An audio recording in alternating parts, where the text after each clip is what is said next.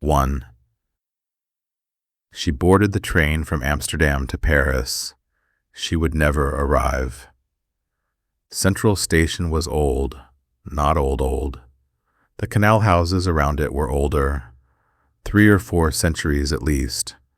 The giant glass panes spanned steel arches high above the trains that rolled in and out, always. They used the same tracks but were not the same trains.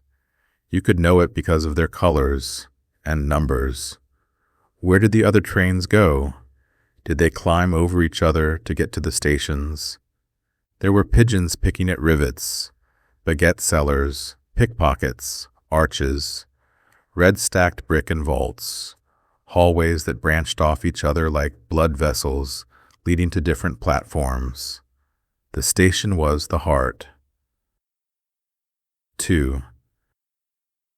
Her favorite pancake house stood crooked for nearly 500 years. Their pancakes were thin, perfect crepes, each one the exact size of the wide white plate beneath it. You could ask for almost anything on top. Powdered sugar, caramelized plums, bananas, Jonagold apples, blueberries, stroopwafel crumble, goat cheese, rosemary honey lemon, whipped cream. You could probably ask for little black fish from the canals that rang like bike bells when you caught them, or strawberry syrup wrung from 1,000 screaming strawberries picked from the fields. Amsterdam was, if nothing else, accommodating of desire. Her favorite was 2 scoops of vanilla ice cream and cherries, lots of cherries, enough sugar to make you love the taste of water again.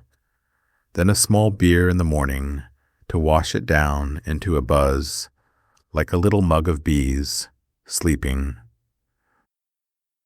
3. The train was the glossy red of candied apples. Central Station was gray. Her seat was a deeper red, butchered meat. The station was a fake, pretending to come from Amsterdam's golden age of architecture. If they built it again, they'd probably use plastic that looks like stone. But it wouldn't be stone, just an economical way to fool you. The past disappears, the future destroys, and the present mimics. She liked old things, liked to ask and know their age, to weigh that time in her hand against her own short blink. It was a reminder of the unfairness, that the humans were put here but forbidden to last, that you weren't in the past and wouldn't be in the future. They tell you the world's history when you get here, but they weren't in it either. Someone just told them when they arrived. It went on like that since humans were a thing. They could say anything. They could lie. 4. There was always something before what you see now. Wherever you are, there was something different before it. Before Central Station, there was 100 Row, the first station, built in 1839. Mostly a wooden waiting room and a shack sunk in the mud. It lasted 39 years before Westerdock replaced it in 1878. But that was just a stopgap while they built Central, and it lasted only 11. No trace of either now. They put them up, took them down. A lot of effort for such short lives. The buildings, the men. They could have just rented umbrellas to people waiting in the rain for a guilder. The vendor dropping a coin into a little bag. When it hit the others, it would make a soft clink. But umbrellas weren't much of a thing yet.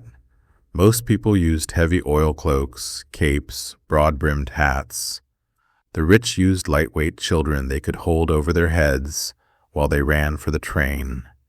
If they pinched them, they'd make music, that pretty song of little pains. 5. Amsterdam is one of those cities that just stopped in time.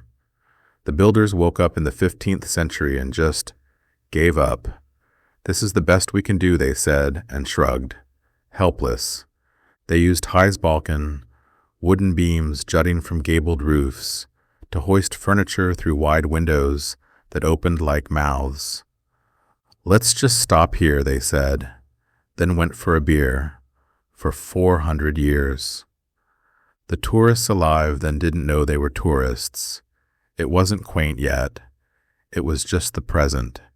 It took generations, great-grandfathers plowing into great-grandmothers, a slow train of ghosts moving forward through the blood, before people could wander these streets with flashbulb eyes, photographing the past like it owed them.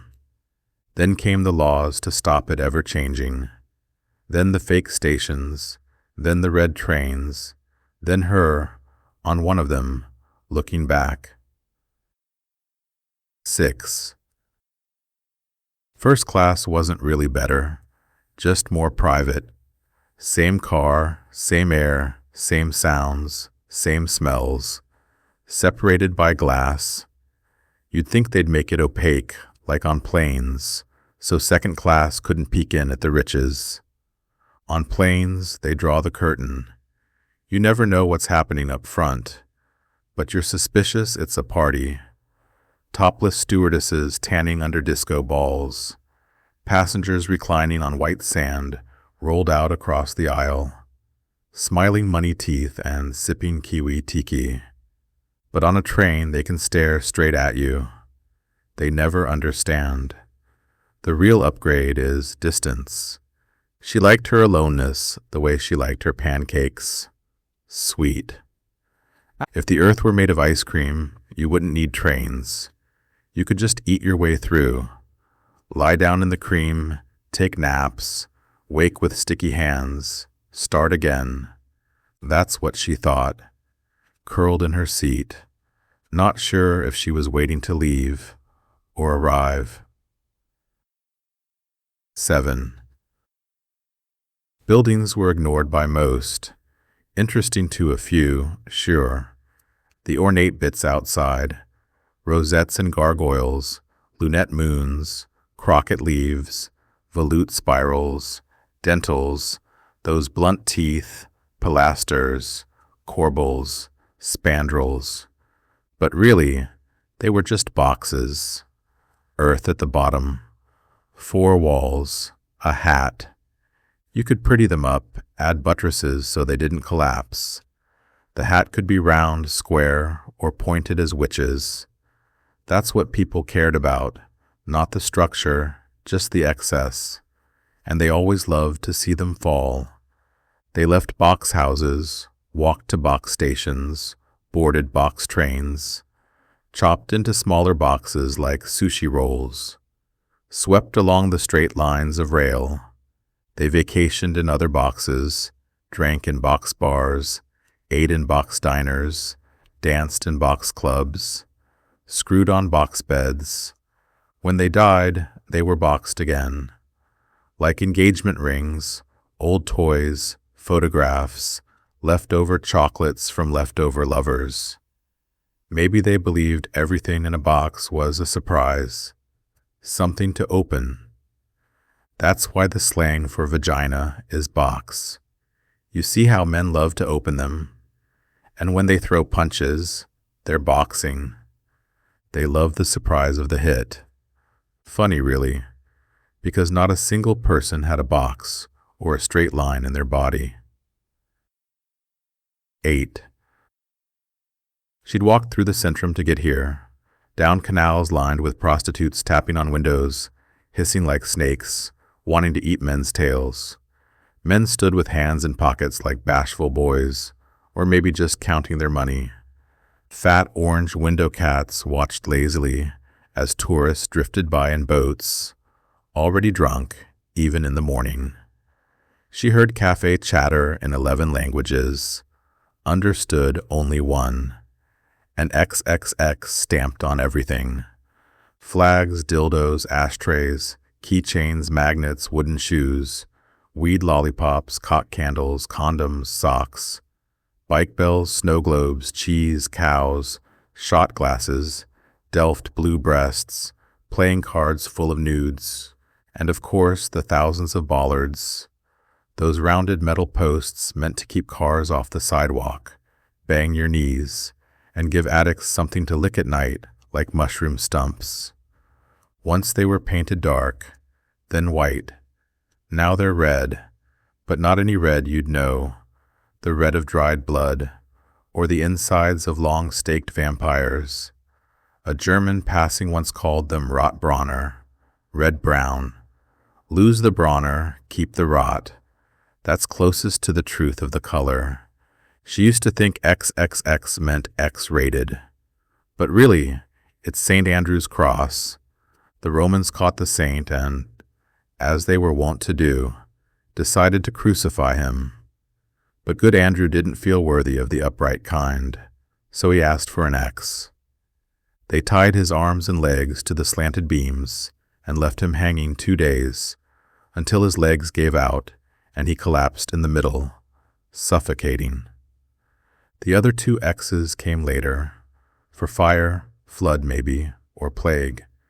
She figured they were just decoration, or a premonition that there'd be a lot of screwing going on here in a few hundred years. 9. Now she was on the train, in her numbered seat, in the numbered car, waiting for it to move. She didn't usually notice other people. As a teenager, she did. She'd sit and slip into their skin, guess who they loved, how they lived. But she got tired of being other people. Mostly, she got tired of the part where, if you look at someone, they look back. That's the uncomfortable truth. If you stare, your stare invites a stare. Now she kept to herself. Other people were just blobs. In her car there were 2 girls, twin blobs. Prepubescent, pale, dressed like matching dolls. One of them blinked a lot. The other didn't seem to blink at all. Their au pair blob, tall, tired, lips pressed tight white. The kind of mouth that believed control was the same as love. 2 Japanese backpacker blobs, whispering behind their teenage hands. Do they have to hide their teeth in Japan? Is that a thing? Or were they just afraid their teeth might leap from their lipstick mouths and run off to chomp sushi? The closest was a man blob with a pointed beard and a nose ring, wearing headphones and sailor tattoos, softened to blue bruises, covering both his arms. She played that old game, cataloged them like coats in a closet, or traced them with her eyes and called them interior blob architecture. She thought about ordering a beer, but didn't see any staff. Looked out the window, drifted off. 5 hours to Paris. She'd be there for a late lunch at her favorite cafe near Bastille, where she ordered the salad just for the buttered bread. She'd been many times. The first city she ever traveled to, at 19. She kept going back, just to make sure it was still there. But when she woke, it was dark. 10.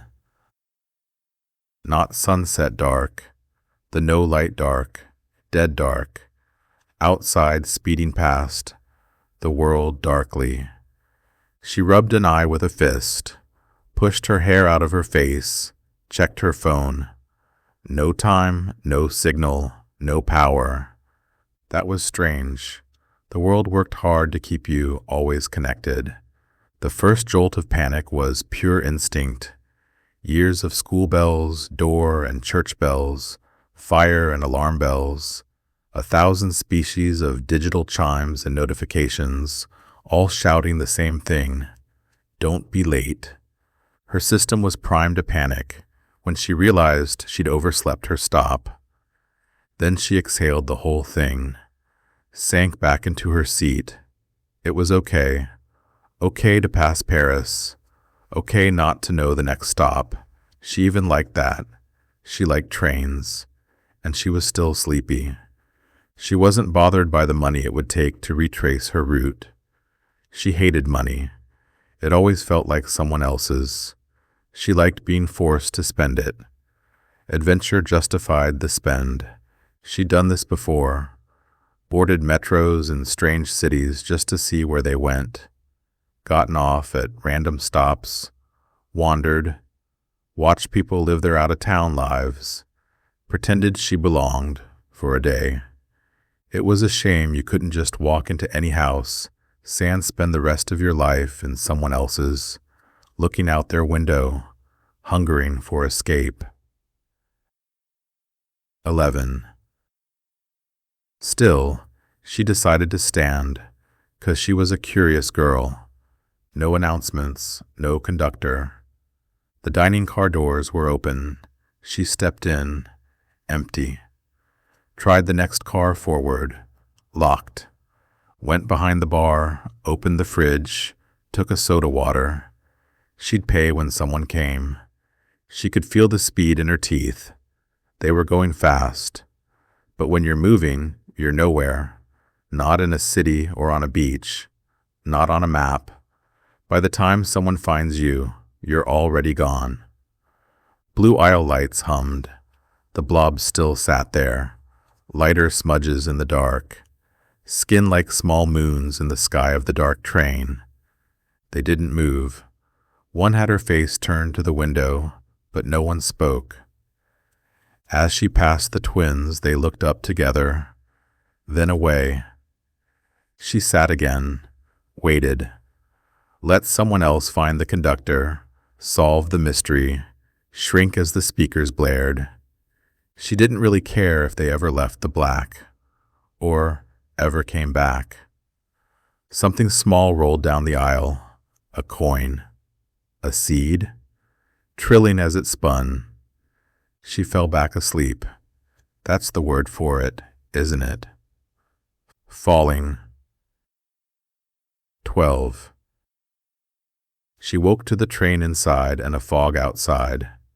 No sun, just that early gray that glows. A city maybe, 'cause it was big.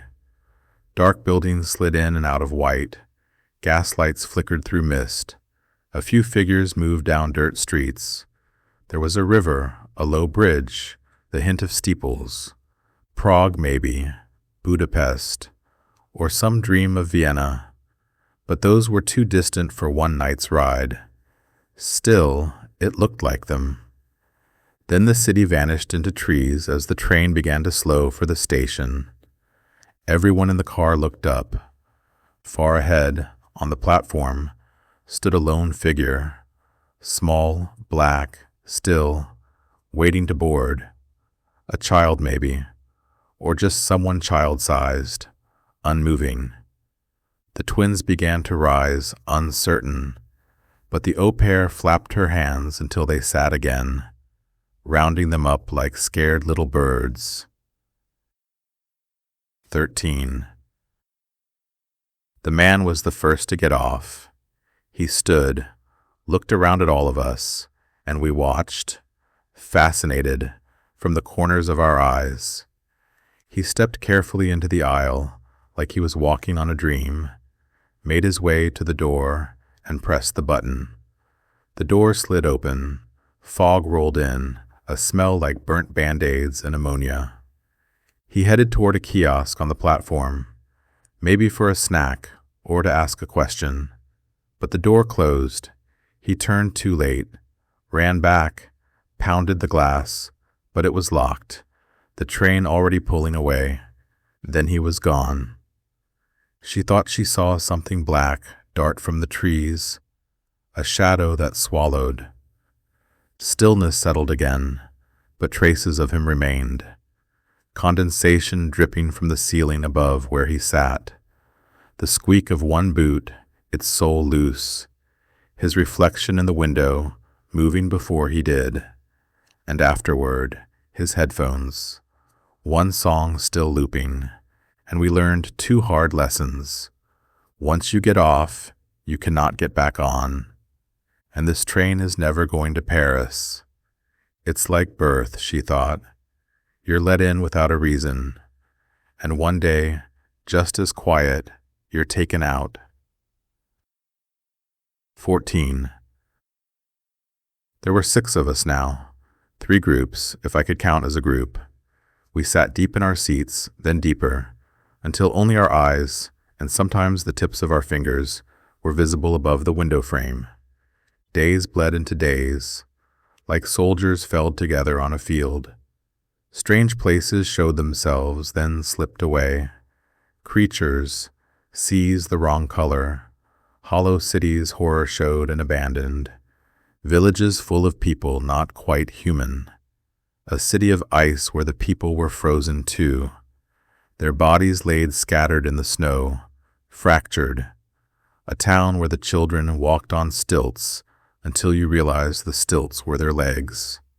A place at night where lanterns moved like people. One turned as the train passed, and when she looked at it, it looked back and brightened. A city folded in half, a compound far in the distance, built from what looked like oversized teeth, each stop, just a raindrop in a sea bucket of strangeness. 15. The two little girls and their minder left second, this time with intention. I woke to the rustle of snacks. The au pair was back from the dining car, clutching bottles and wrappers. 4 small hands reached out to grab them like treasure. Little girls always grab things. They think the world is made of jewels, and they're happy to be thieves.